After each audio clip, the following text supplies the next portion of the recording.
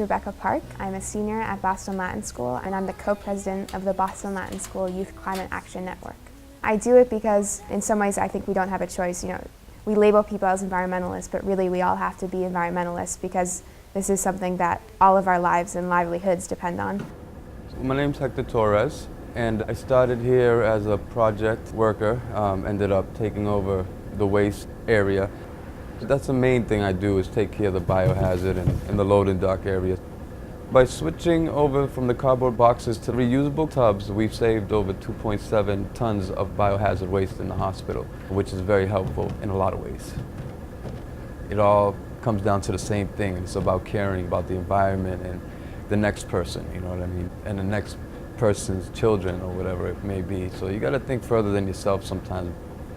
It really comes down to, are we going to be able to live in our communities? And a lot of the ways it intersects with social justice is that environmental issues often disproportionately affect poor communities, communities of color.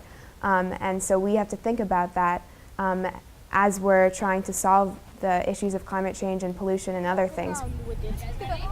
I'm Jen French, and I am the Community Health and Wellness Coach at Bowdoin Street Health Center. And I work on a number of our pediatric obesity initiatives and a special program called Healthy Champions. It's a unique opportunity for youth to learn a little about food access and nutrition education through hands-on urban gardening skills. I do think that it's pretty prevalent among today's population to feel like as an individual what you do doesn't matter or doesn't make a difference. But that's part of what we try to teach the Healthy Champions, is that even something as small as putting a seed in the ground, we follow that seed over the course of the season, and we use that as kind of a teaching tool for these kids to see, that's one simple action that they did by themselves, but that turns into a whole garden full of produce, which then the entire community is buying.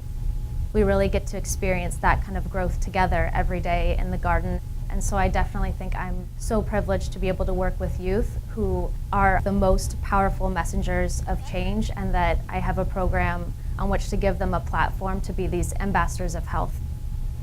The seed metaphor is awesome because it's the same idea with people, that if you plant a little seed in one person's mind, eventually they grow into a garden, into a community of people that are doing something. I'm Deirdre Willie. I'm the nurse manager for obstetrics here at Beth Israel Deaconess Medical Center. We're a very big staff, and we're 100% committed to helping our environment and using recycling efforts and sustainability efforts to help the medical center. Staff are great about saying, hey, instead of throwing that in the trash, throw it in the recycle bin. If each one of us does that each day, it'll make it better for everyone. It's the only way things have ever happened, that one person decides to start making a difference and then starts convincing other people to join them. And eventually, you have a movement. My name is Andrea Burnhard, and I am a research assistant in Dr. Martin Pollack's laboratory. When people say, oh, it doesn't matter, I'm just one person, I hear what they're saying, but it only takes one email to start something. I worked with Amy Littman, who's our environmental sustainability person here at the BIDMC, and we started this pilot project of saving these plastic pipette tip boxes that could be recycled. I work as part of a team with Andrea Burnhard and Hernan Sanchez. My portion of it is on the loading dock. How you doing?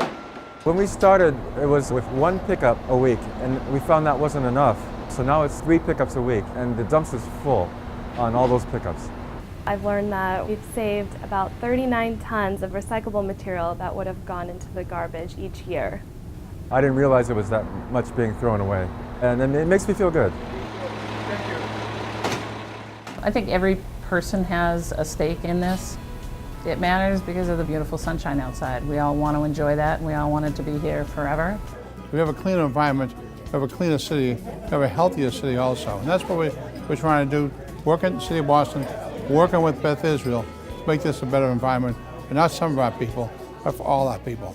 It really matters that we're environmentally conscious, because to create a healing environment for our patients, we need to respect all of the rules and rhythms of the universe. It matters because we only have one planet, and we all have to work together to preserve our natural resources. Each individual action may seem really small, but everything we do matters. It's really important that people realize how much power they really do have to make a difference, and teach that power to the people around them. I've seen a big change here, so I know if the change can happen here, it can happen in other places also. It matters because it's our responsibility to take care of what is being given to us. Es muy importante. It matters to everyone. And the more people we can influence on this matter, the better.